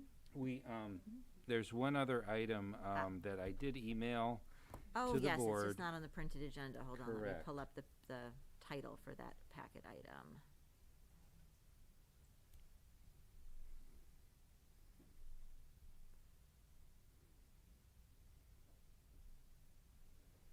Here we go, additional information for tonight. This was the HVAC summer project, which was the topic of the special meeting, correct? This is all. Yeah, so, connected. right, there are a couple different pieces in this. Jessica, I'm gonna let you jump in when I, if I mess anything up here, Okay. but, so, with the first component of this, you approve the school maintenance project grant application. It's a $50,000 matching, grant that comes from the state. We have not heard yet if that, if our application has been approved. We don't really know a date at this point when that's gonna happen. So with that, we have our summer projects that we're looking at, and we have the Meadowbrook chiller, which is what the school maintenance project grant targets. But then we also have two smaller rooftop units, one at Meadowbrook and one at Greenbrier, that are end of life. And so this is being coupled all together into an HVAC project. What you have in here as an attachment to the memo is from our architect. It's their professional services proposal. So what they would do, much like they did with the roofing project that happened this past year, is they would oversee the project. They would develop the bid specifications, they would run the meeting, they would oversee the project, make sure everything's complete, all those kinds of things that we hire an architect to do. And you can see that there's a flat fee service of $20,000 for this, and then they're estimating another $1,000 for reimbursable expenses. Now, what's interesting about this year, typically we would not be asking or going down this path this early in the season. It would be more of a February approval, sometimes a March approval, or we'd be asking that of the board. This is not approval because it was not on the agenda as an action item. Therefore, this is not a formal vote. However, The architect has said, because of the supply chain issues, I put in the lead times that he thought we were going to be looking at, 24 to 26 weeks for the chillers at Meadowbrook and 16 to 18 for the RTUs. So, given that, he is suggesting that the board, if you want to move ahead with this project, do so at the December 14th meeting. Moving back from that, he's got to get the bid package out so that it can be properly bid and we can have, hopefully, a decent number of vendors who are interested in this project. So the proposal for professional services from Wright is going to be on the agenda for a formal approval at the November board meeting. But what he's telling us is he's really got to get going right now. So we're kind of looking for a general consensus that we want him to move ahead and prepare these documents, or begin the process of preparing the documents. All right, there's a lot there. So what kind of questions do you have? When does he need the vote by? Do we want to do this at the special meeting that's happening? Like just do one open session action item in 2 weeks? We could do that. Yeah, but so just so you know, he's going to. Because I can't sign anything until we vote on it, right? No, So no, that's the problem. absolutely right, Yeah. absolutely right. Okay. So, I guess if there's reservations about the project, that's where we would put the brakes on. What we're saying and what our architect is saying is these units are at end of life. Yeah. We would probably say, even if we don't get the $50,000 matching grant, we would probably move ahead with this project. Mhm. Okay. Is that fair, Jessica? Yeah, that was good. So, This is necessary work. We've been putting a lot of repair money into these units. They have outlasted their useful life. So is the issue here really just that they didn't ask until after the agenda was already posted? Otherwise, this would be an action item tonight? That's We the had an glitch. initial meeting about it, and they prepared their proposal to run this process. Was just received. It was just received later for us to be able to get it in the packet. So that's it. We just missed the deadline to get into this agenda. Yeah. Otherwise, you'd be recommending a yes vote tonight. Yes. correct. Okay. Yeah. So you're not bidding the GC or the architect guy. You guys have already selected that person. Yeah, so we have, typically, the board has an architect of record, just like you have an attorney of record, and so White is our architect of record. And what they do, they serve on these smaller projects, they will serve more like a project manager and do all of that work for us, since they have the expertise on that. And they're purchasing the chillers, and they would be preparing the bid for the vendors to do the work? So they're purchasing the equipment, but Jessica, it's just you so want like to explain it's the just bid process? Yeah, so all we're talking about right now is engaging White to manage the project for us. And the project will be, White will prepare the bid specifications. We publish the bid specs. Our contractors will bid on it then. We buy the equipment. White's not buying anything on our behalf. So we bid it out. We bring the bids to the board. The board approves or rejects the bid, which is an option as well. And then we move forward with the project. So we're not even talking about the larger scope of the project right now. Right now, we're just talking about engaging White to help us manage this project, which is necessary to be done. Yeah, you won't actually approve the project until the December board meeting. And as Jessica said, it may be a situation where we don't like the bids, and we think that we should wait a year, even though that's probably not going to happen. But again, until we actually get the bids, even the estimated cost that's in here is an estimate. And once in a while, they're right on target, and there are other times when it's a wider range. And I think given what we're seeing with the supply chain, there is some concern I have some concern that it might be higher than this, but again, we don't know until we go out to bid. So this is really about White saying, can they, in good faith, start preparing the work that we would approve at the next board meeting that is their cost in bidding out the work. This is like, oops, sorry, I'm spilling a little bit of water. They want a good faith assurance because timing-wise, they need to start their bidding process. Yeah, here's the other thing to Mm-hmm. keep in mind, and that is, the project's gonna have to be done eventually, Yeah. right? So this work that they do can be used in the future. It's not like it has to be, you know, all this work has to be repeated.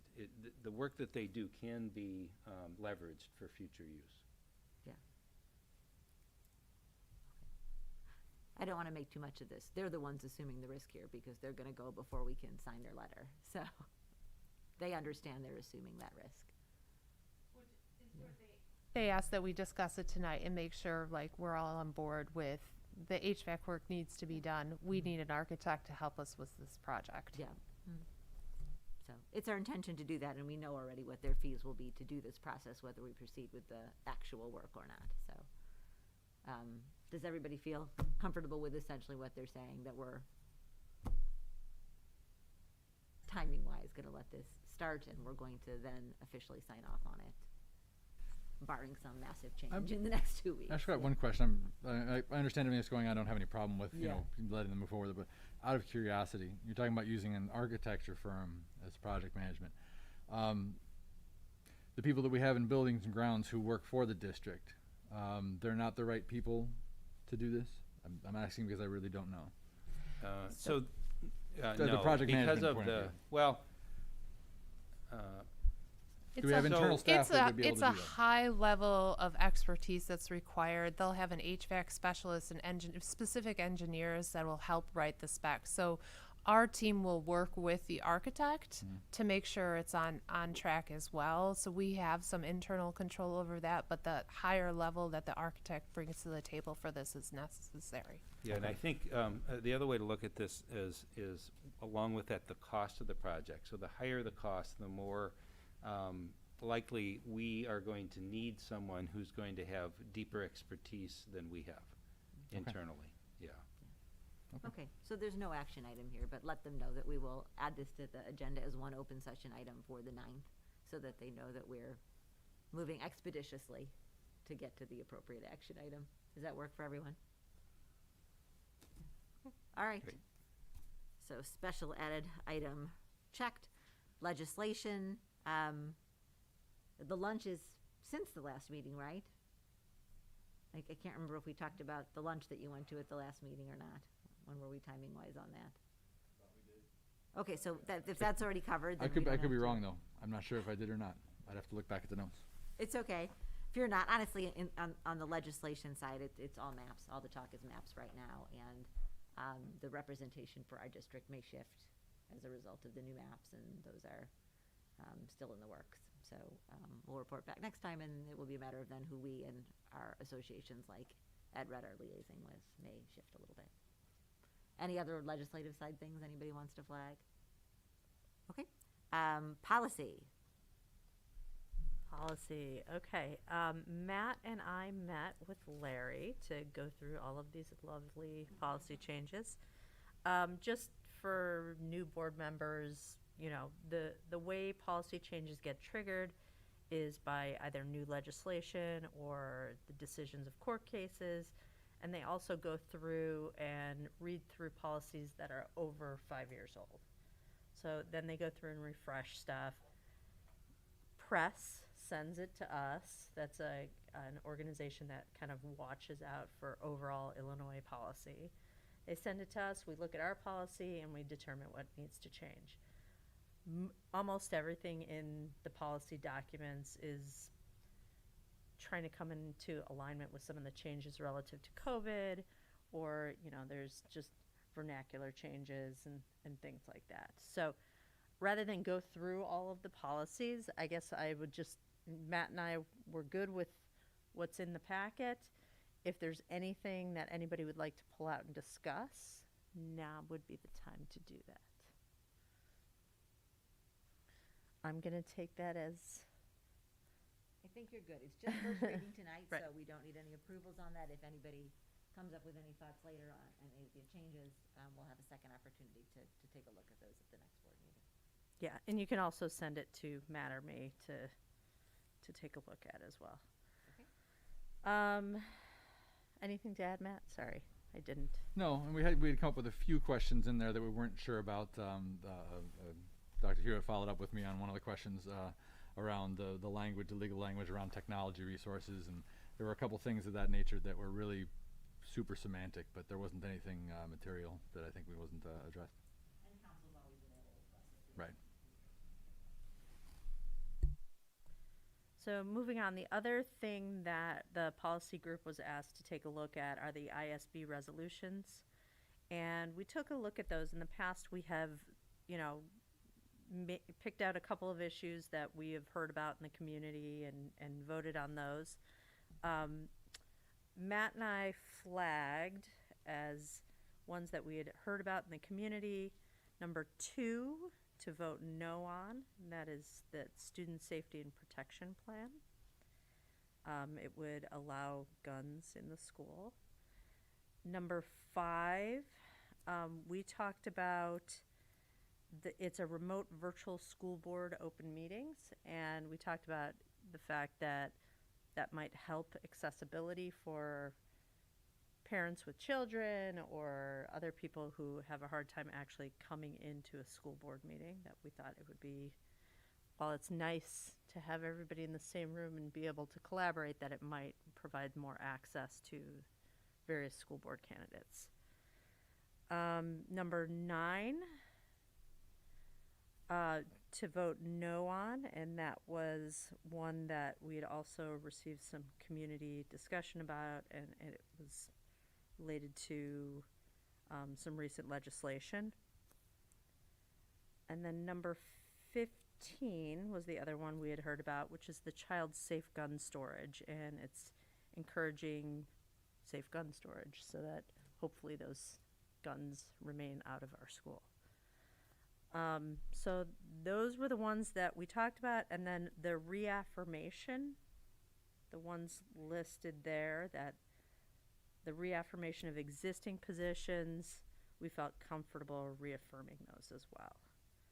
So does anybody want to discuss any of that? Or Matt, do you have anything?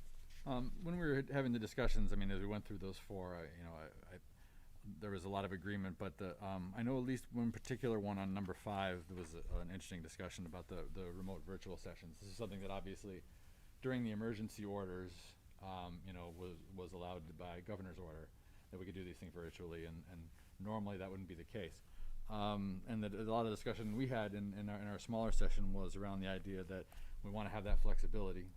But for me personally, certainly, I think there's a lot of value in being able to be in person in front of and engaging with our constituents and the people who are part of this. So, how do you balance those? And there I should point out there is an availability now.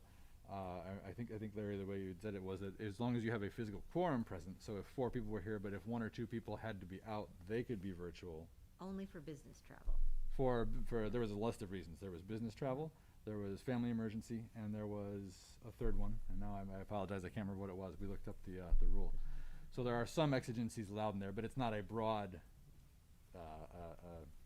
exception. I personally think that that it's important to have the in-person meetings whenever it's possible to do so. But I do understand parents who have things coming up with kids and have family emergencies, some of which is covered in the exception, some of which may not be. So we didn't necessarily come to 100% agreement on that particular one, but I would say the other ones we were pretty in line.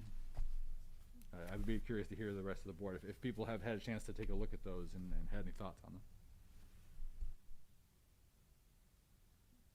I'm good. Those are the same 4 that I've heard about in the community.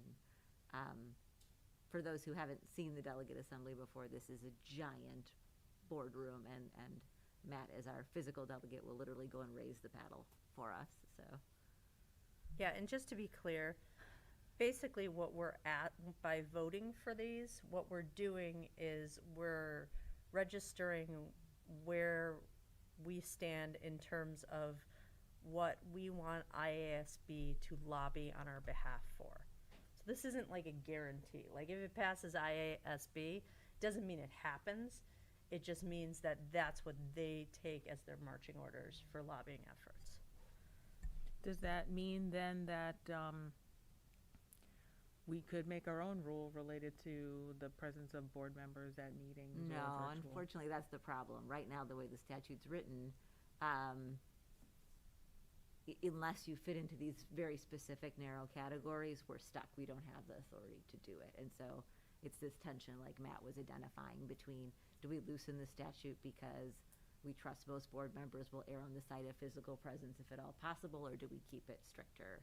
And so right now, given how well things went during COVID, I think there is some sentiment that they could successfully lobby to at least expand the universe of situations. And for any of us who've been in a situation that doesn't quite escalate to total emergency, but we're in this new remote work environment, maybe you need to be somewhere else, then, this is just something that they want permission to start negotiations about, to see whether there'd be legislative willingness.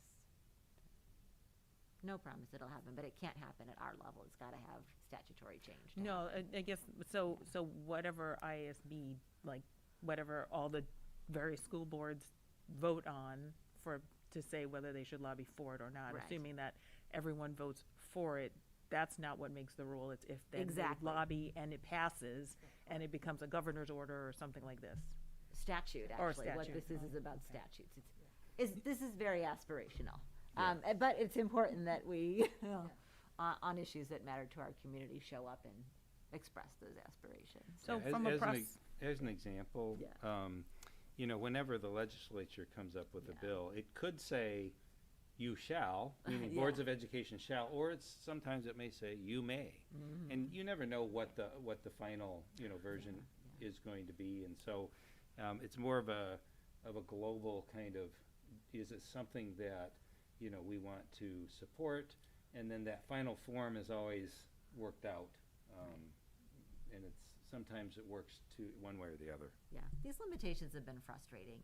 If I'm home, especially now during COVID, because I've got a 100.2, I'd love to be able to call in, and yet it doesn't really qualify as an emergency. I'm not gone for business travel, like. Yeah. Well, Was illness the third? I can't remember what they were. I apologize. I know there was a third one in there, but yeah. So yeah, what- and I will say that this particular one about remote board meetings, I was kind of pushing for this one simply because I think that there are people who do not step forward to want to be a part of a school board because they worry about having to be in person for that time commitment. And this might broaden the group of people who are willing to step forward and serve the community. So that was of interest to me. But if we can't get consensus here, we could just choose not to vote on it, and that is perfectly fine. Oh, so that's what I was gonna ask you. What is the process? Like, do you? That's it. This is just a consensus thing. It's a. My understanding is I don't have to. So I go there. I'm going to represent the interests of the board and instruct, right? It's not mine. It's whatever we decide here. And if there are some that we don't feel are important to have a word on, or if we can't agree on it, it's perfectly fine for me to just not vote on that one. Yeah. Whereas the other ones where we do say, hey, it's important we have our voice on this, then I'll, Yeah, vote it'll on be that really one. obvious when Matt's in the room. Like, in every past year when I've done this, there've been a few that we've highlighted that are the hot button ones that draw a lot of comments and are the reason that boards send delegates. And then other things will be there, and they'll say, who votes yes? And you'll see so many paddles go in the air that it matters not whether you do anything or not.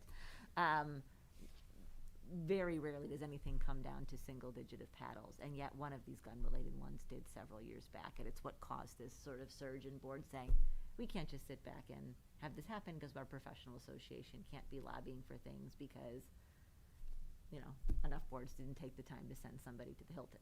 So, much thanks to Matt for taking a turn and going down to the hotel to do this, and that's really what this is about, making sure our professional association is acting in ways that are consistent even in their lobbying practices. So I support the remote access.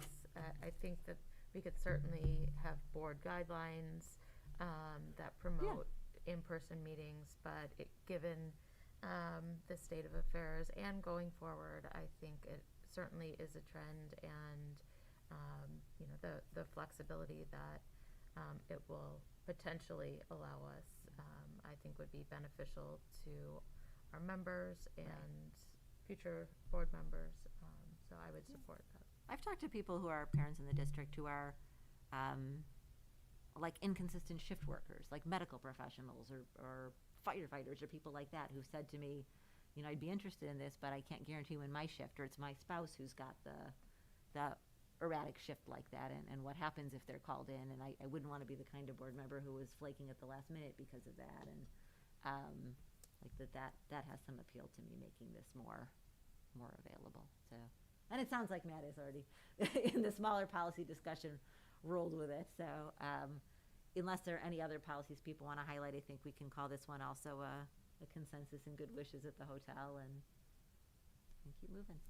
I'll just give my 2 cents. So I agree more with Matt with the in-person requirement, mostly because I'm a relatively new board member, and this requires a lot of commitment.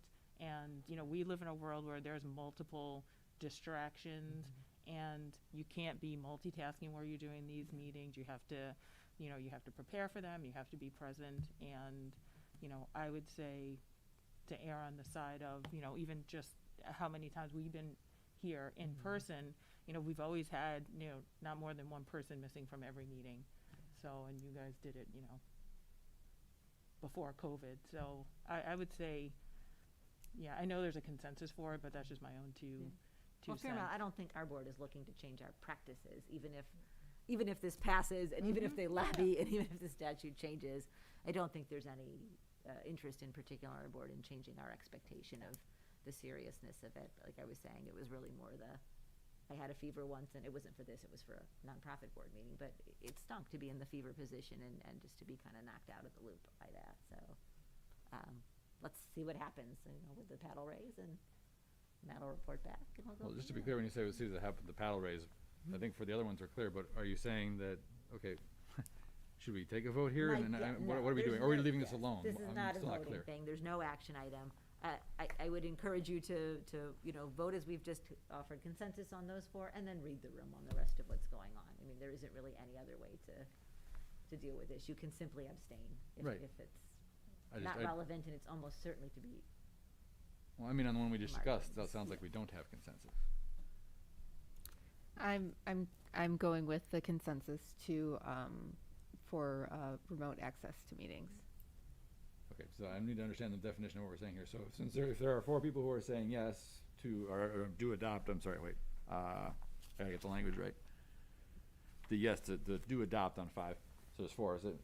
And it sounds like there's a couple of us who don't, so it is a vote, really. I mean, we're not taking an official vote in the Right, it's parliamentary not an sense. Yeah, action he item wants or to a I just wanna statutory make he wants to vote is represent the board. required. I just want to make sure I know what's going on and to be clear. So we're gonna vote do adopt You're here. good. Yes, we're going to vote that they should lobby for the additional access. Okay. Yeah. Got So it. I guess it is to adopt in that instance, right? So yes, let me just recap for you, because I think it's worthwhile. On number 2, we were gonna say no. Yep. On number 5, yes. On number 9, no. Number 15, yes. And then I think 18 to Wait a minute, 21 I'm sorry, were whoa, whoa, whoa, whoa. reaffirmations, and we were gonna do yes on those. There's no, I'm sorry, 15. I want to make 100% sure. Like I remember them, good. but I want to write it down so that I'm not Sure. And having you any can prove chance it of again missing with some Shelley off pieces the here. record, too. It's not- 15. Yeah. What did you say on 15? Yes on 15. 2 no, 5 yes, 9 no, 15 yes, 18 to 21 yes. Wait. This is, 18 to 21. Sorry.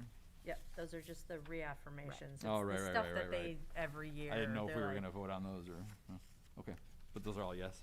Yeah. And I also want to make clear, I mentioned, I'm in favor of a remote option for board meetings. I don't think we should, however, change the culture of our board in which we are generally present at meetings in person. So I think there's, of course, a difference between adopting this or voting to adopt it versus what our actual board culture is and expectation. It's a negotiation. Their proposal's going to go big, and then they'll talk to the legislature, and they'll whittle it Sure. down and see if they can get anything. I mean, this is, All right, I believe I'm clear. Unless somebody else has something else they want to bring up on. Yeah. Okay. I also want to thank you, Matt, for going Yeah. to vote.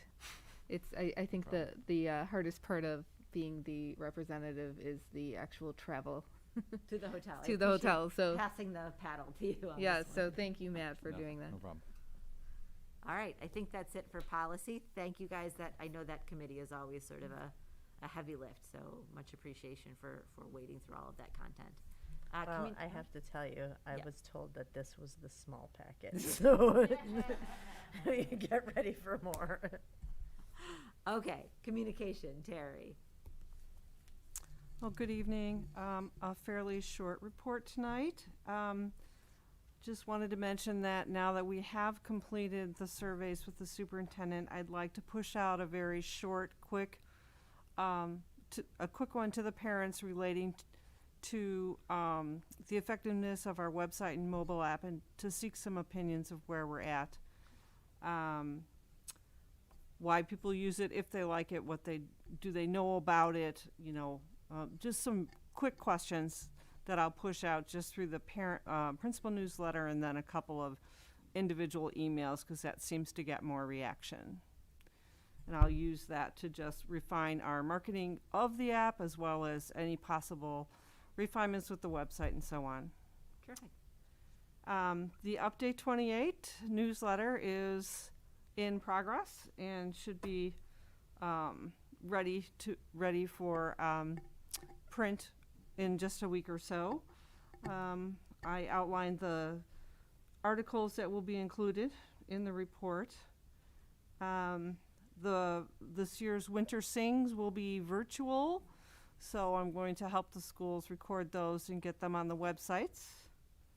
And then I just gave you a recap of the number of contacts that we had for the various community engagement invitations that were used for the superintendent search. Does anybody have any questions tonight?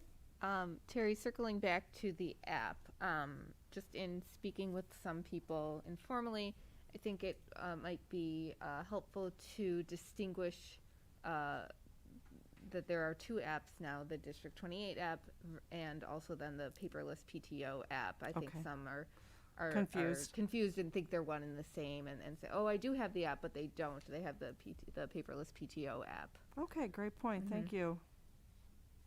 I thought that the guess which administrator this is the new priest was adorable. And I love this guy. That made my night. Anybody else have comments on the communications material? I'll just add, I guess maybe this is just a question or a request. When we post the school exec connect, profile, if we can just think of a way maybe just to circle back with all of our parents and administrators and even community members with the thank you, because we certainly had such a high level of participation in that survey. And obviously they'll see the results, but we also want to just wanted to remind you, I'm sure that's on the list, but it would be nice to be able to show them, some extra thanks for participation. Sure, yes, I can use that same superintendent search masthead I use for the invitations to send out the report, and in that it is more of an address from the Board of Education, so we can thank them, thank our participants, and encourage everyone to review the results, in addition to sharing it through the board briefs and the other places, but we can certainly send it out that way. Thanks.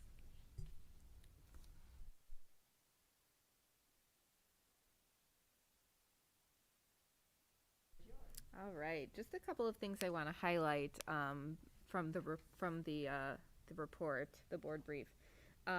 There is a new digital badge for True North that is going out to all of the feeder districts, or it's intended to go on the district website so that it can be clicked on and then take them to the True North site. So that's something to be looking for. Also, I just want to highlight one more thing.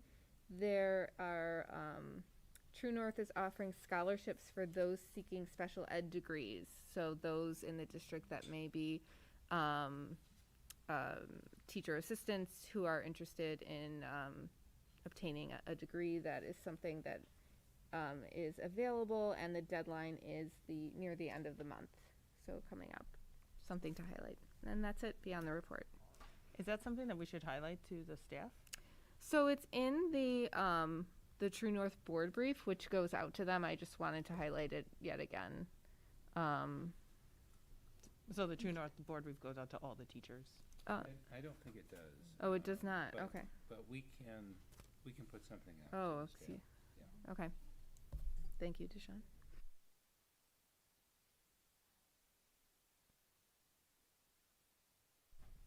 Larry, you want me to take that or you want to? Go ahead. Okay. So I have a few notes here as far as relevant property news for the areas that are in District 28 in case that has an effect later on property taxes. There is a preliminary plan that has been submitted for the Green Acres property. That's that large 125-acre piece on north side of Dundee Road. Just a preliminary plan where they're getting an early feel from the board for a senior living center. So that would be something that would, potentially develop that area where there'd be little or no in the way of school-age children, if that came to be. It's very preliminary at this moment, but that was one of the pieces of news there. Nothing really much new at Northbrook Court. There's still negotiations going on. Some of them are financial and some of them are physical on the project, but as of right now, there wasn't any new movement. And I actually don't know if the Granger site is within District 28's boundaries or not, but that's being marketed now by Cushman and Wakefield as a development property. So the Granger property is just right outside of our boundaries, Okay. but we do have a lot of items stored there. Oh, well. Well, Free- I think you freely. still got some time there. Freely stored there, thanks to the village. Yes. Yes. Yes, and also we give vaccinations at that site occasionally through the village. There was also a briefing from PACE. The only thing that I think that's probably relevant to note there as far as it affects us is that they had previous to COVID, been talking about whether to cut the only significant bus route through, which was 422 that came through. And that certainly has an effect on high school age kids and on, in some cases, even hiring for certain jobs that might be relevant. Those plans were all, thrown aside, and they are looking at what to do in the future, but there are right now no short-term plans specifically to do anything to get rid of 422. That bus is running and will continue to run. There are some other short runs and some of the company-specific runs they do that were stopped in COVID that have not restarted, but 422 is still running, and at least for now will continue running. That is excellent news. There yes. was a substantial group of District 28 parents and alumni, particularly in the special ed community, that went to the public hearing to try and pull the brakes on that Right. cancellation. So really glad to hear that update. Well, there was a number of people in the committee as well who expressed, the need, if not the need, then certainly the strong desire to keep that service and maintain it. Most of the rest of what was going over there were not relevant necessarily to District 28, although Allstate, as mentioned before, was a big piece of news, and that's not within the district, but there were a number of other things went over. I don't think there was anything else that really affected us that I can recall, but Larry, if you remember anything, I didn't. Okay. That's it then. Anybody questions?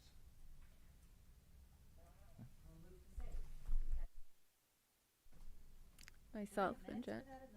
Yeah, they're here, and unless you have anything to add, I have nothing to add beyond the report.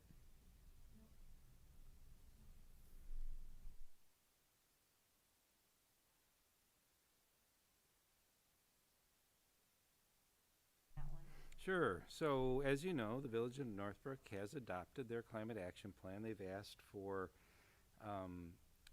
other governmental entities in Northbrook for support. So the board did ask that we review the plan. So Jessica and Joel and I met and we talked about some of these areas. What I tried to do is just provide some summary, high-level summary of the plan, because it's long. It's very long.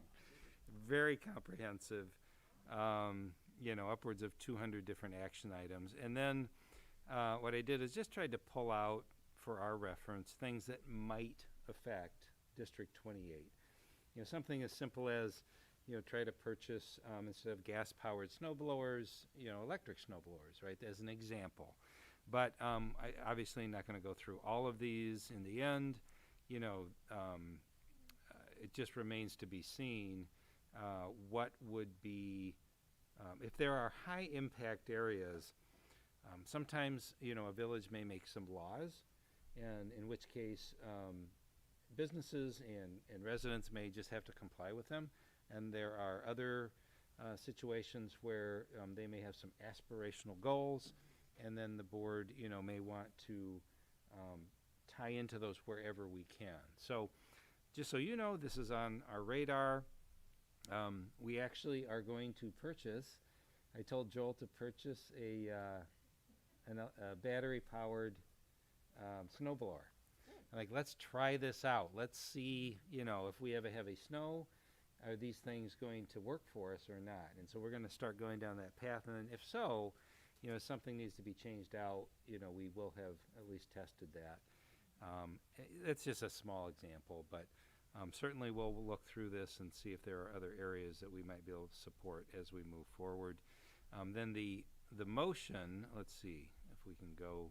This is an action item, and I want to get to the motion. Did I put the motion in here? That's my question.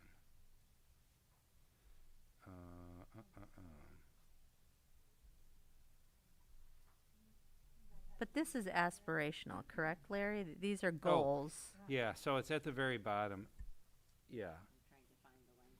It says, so the recommendation is that the board support the Village of Northbrook's Climate Action Plan and use it as a non-binding guide in operational decision-making regarding environmental impacts, and to work with the village to promote it to the community. Terrific. Okay, and having reviewed it now, Larry and Jessica and Joel are comfortable with that request from the village. We can do the action item tonight. Yes. Terrific. That is good news. I know the village invested deeply in this and had a very big community outreach and participation effort.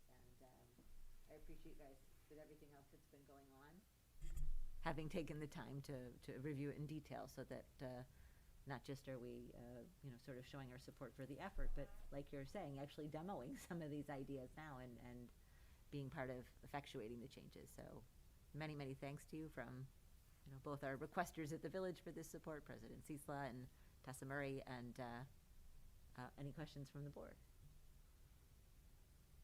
All right, then can we have a motion to approve our support of the Village of Northbrook's Climate Action Plan? So moved. Second. Member Silvershack? Aye. Member Kohler? Aye. Member Cassidy? Aye. Member Arms? Aye.